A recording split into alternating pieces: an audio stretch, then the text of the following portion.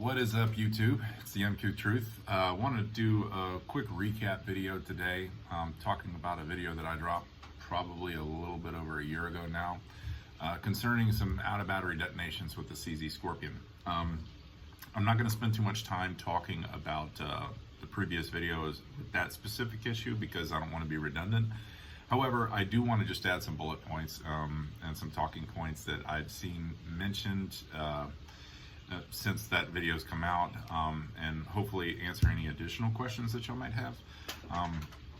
In addition to that, I'm sure a lot of you probably already know there's a company called Nexus Firearms that is coming out with an upgraded bolt for the CZ, and I haven't got my hands on one yet. I'm hoping to get one soon because they're about to drop. And whenever I do, I plan on doing a separate video just basically showing you how to strip this thing completely and transfer the guts from this one onto the new one. And while I have it stripped, I'm going to take some calipers and do some comparisons from the OEM one to the new one just to make sure everything's good to go. I mean, I paid good money for my calipers, so any excuse that I get to use them, you better believe I'm going to take full advantage. Real quick, let me pull the camera real close. That way we can talk about just a few things. All right, so in the previous video, I explained what this was and why it's important. There is some additional information that I want to share with you. Now, as you can see right here, there is a significant amount of peening going on, okay? And what that's from is because this, like any other 9mm blowback action bolt, is moving extremely fast to the rear, and whenever it does, it's resetting the hammer right along this path right here.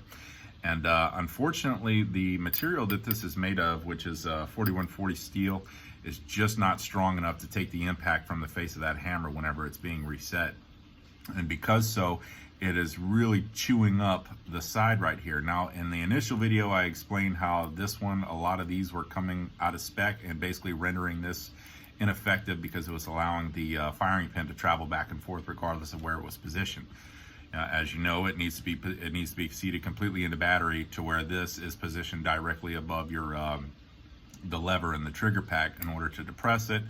Drops the hammer, allows this to strike the primer in the round. Yada yada yada. So the new upgraded bolt is going to be made out of D2 steel versus this 4140. I had to write it down because it is significantly harder. But this one, I guess, is the D2 steel has hardness Rockwell properties of 58 and 70 at the surface because it's going to be coated in nickel boron coating, which adds that extra level of hardness at the surface versus the 4140, which is 43 Rockwell. So it's going to be significantly softer, this metal here, versus the newer upgraded bolt. And that's going to prevent this from getting chewed up because it's going to stand up to the hammer reset a whole lot better. Now, in addition to that, I wanted to add one more thing real quick because I've seen a lot of people asking themselves, even after watching my video, I showed you how to test to see whether or not this was functioning.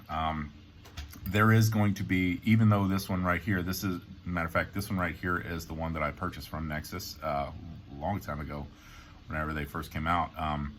This one works perfect, and even though it's working great, there is going to be a little bit of slop in your firing pin, okay?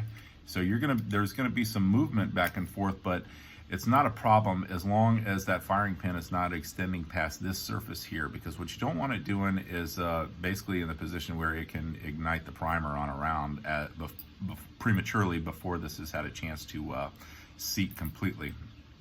I saw just as recently as yesterday, of course, old news for some of you, there was an out-of-battery detonation, and they actually did show this, and this thing was almost completely sank in because the lip on the side here was so peened over that it obstructed the path of this and allowing this to do its job.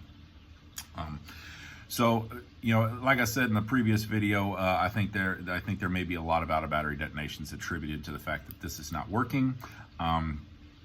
And there was an initial part that was included in the original design of these, and the original trigger pack called the safety sear.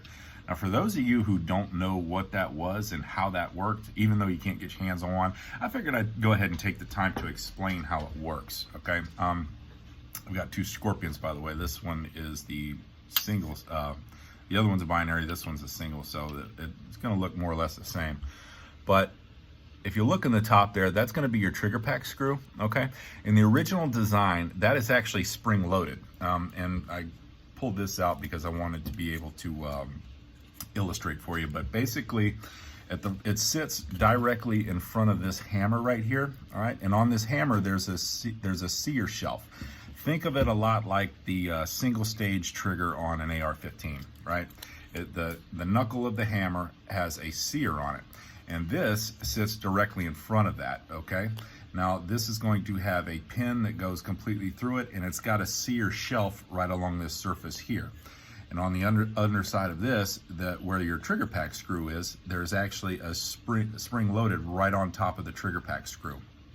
And what'll happen is whenever the bolt is reciprocated to the rear, the trigger pack spring will pitch it straight up, and it will cause this sear surface to interlock with the knuckle on that hammer. And then when the bolt travels forward, it knocks it forward, compressing that spring, and it actually moves the sear surface out of the way, allowing the hammer to come forward and strike the firing pin. Now, it is no doubt an efficient way to prevent hammer follow, but in my honest opinion, I really don't see this as being any more of a meaningful upgrade than this one was, other than the fact that it is just another level of safety. But ATF, being the clowns that they are, decided for whatever reason that this was not necessary, or that this was not allowed. I don't know why, but in any case, is what it is, so we'll have to do without that. But that does not mean that this right here is not also a meaningful and effective way to prevent hammer follow and preventing premature detonation of the primer.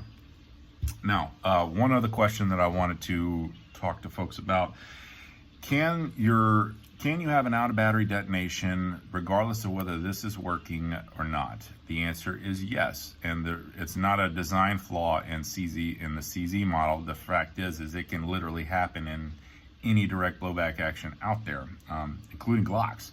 I'm sure you've seen your share of exploded Glocks, and what it is if you happen to have a round that is so incredibly hot, plus P plus whatever, that it's just filthy hot, what'll happen is whenever this is seated and in battery, the shell will ignite, and as the bullet travels down the chamber, this will start to move to the rear, as it should, and that case starts to recede out of the chamber, and the chamber pressure is still so incredibly hot at that point that it basically blows the shell into pieces. Again, that can happen with Strybog, Scorpion, doesn't really matter. The only way to prevent that kind of thing is to actually have a locking bolt, or maybe even the delayed ones have had a problem with that, to my knowledge. But in any case, I wouldn't attribute that to any sort of design flaw with CZ, because it's not. That would be a problem with ammo. As far as is that attributed to some of the out of battery detonations that you may have seen, I suppose I'll leave that up to you. I don't think it is. I think that just from what I've seen, a lot of these happen to have, whenever they do go bang, I do notice that it almost always seems to happen on a quick firing schedule, be it in binary or somebody going ham on the trigger, whatever the case may be. But then again, that's my personal opinion, and that's coming from a sample size of whatever I happen to have seen. So take that information and do with it what you will. But just so you understand how that even if this piece was included in the original S1 pack, that would not prevent an out of battery detonation due specifically to extraordinarily high pressure rounds. Extraordinarily high pressure rounds, that's just an issue that any blowback would have to deal with, even pistols. So hope that answers some of your questions. And also one other thing that I wanted to cover. This not only serves as the function of preventing an out of battery detonation due to hammer follow, because as I said, it needs to be seated completely forward, but this also serves the function of a drop safety. Okay. I haven't really seen any cases of that, but then again, you got to figure how often does somebody slam the crap out of their Scorpion on the ground with a live round in the chamber. I don't imagine that that's the kind of thing that happens often. All the same, it's even more important because of that this needs to be functioning correctly. Okay, so if for whatever reason this hammer happens to fall off of the sear, this right here is not being depressed by the trigger pack lever unless you're pulling the trigger, which means that basically if this isn't working and your hammer sear slips off from a hard fall and there's a round in the chamber, gun goes bang, 100% on that. So that's just another reason that I want to highlight of why it's important for this to be working. So I hope that really informs people. And if you have any more questions, let me know. Again, I haven't gotten my hands on the new one just yet. I'm hoping to get one soon, and I'm going to do the breakdown video, show you how to completely strip it all and all that need to know information. And then at some point down the road, I plan on testing this both in this Scorpion and the other ODG one that I have, and just really running it through its paces. But I've got another child on the way, and he's going to be here in probably about 2-3 weeks. And all you parents out there, I'm sure you probably know that the first few months with an infant are pretty taxing, so it's not going to leave me much time to go out there and do some testing.